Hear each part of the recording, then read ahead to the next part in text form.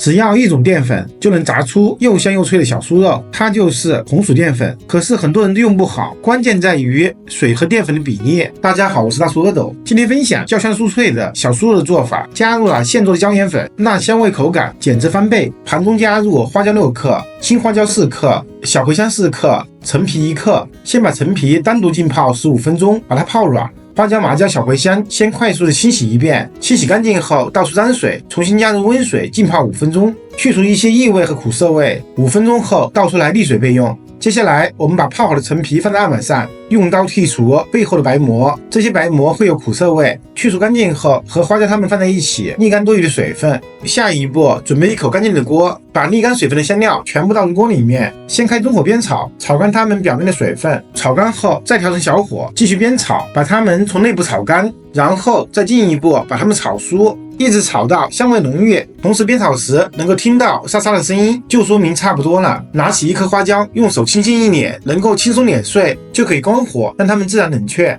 放凉后，把它们全部放入破壁机里面打成粉末，也可以用擀面杖碾碎。接着我们炒锅中加入5克盐，用小火煸炒一下，把盐炒香炒热后，立刻关火，倒入粉末，用勺子翻拌均匀。我们的椒盐粉就完成了，非常的细腻，真的是特别的香。下一步，我们调一下面糊，碗中加入红薯淀粉100克，准备清水也是100克，清水少量多次的加入装红薯淀粉的碗中，一边加一边抓，把红薯淀粉慢慢的化开，不要着急，慢慢的抓，最终要形成这种酸奶的状态。最后我们加入2到3克的椒盐粉，用手把它们抓拌均匀，然后放一旁备用。接下来准备400克的外里脊肉，根据实际情况把它们切成粗一点的肉条，大小和小拇指差不多。外里脊肉虽然切出的肉条比较漂亮，但是它的嫩度很一般，有些偏老，所以腌制肉条最好使用有嫩肉效果的葱姜水。碗中加入姜蓉、葱段和清水，用手把它们抓烂，挤出汁水，再浸泡10分钟，过滤得到葱姜水。下一步，把切好的肉段放入一个大盆里面，朝碗中加入4克盐，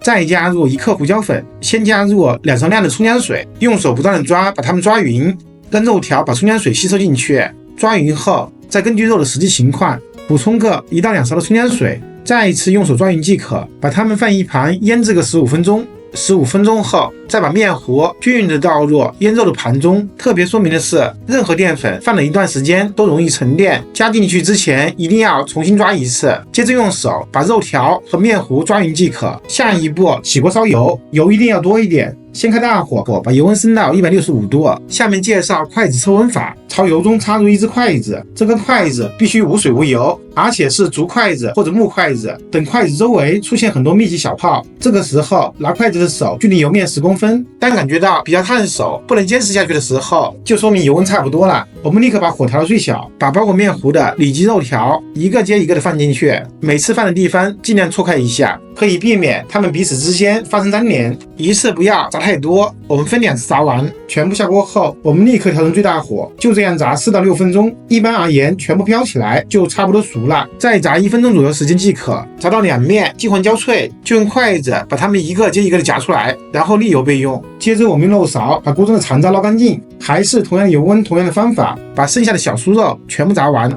炸好后也捞出来，把油沥一下，沥完油之后放入盘中看一下，已经熟了，表面金黄，颜色还不够深，酥脆度还差一点。我们可以185度复炸一次，也可以用空气炸锅200度烤15分钟即可。油锅复炸，炸个20到30秒，看颜色变成焦黄色就立刻倒出来沥油。好啦，小酥肉就完成了。我是大叔阿斗，我们下个视频见。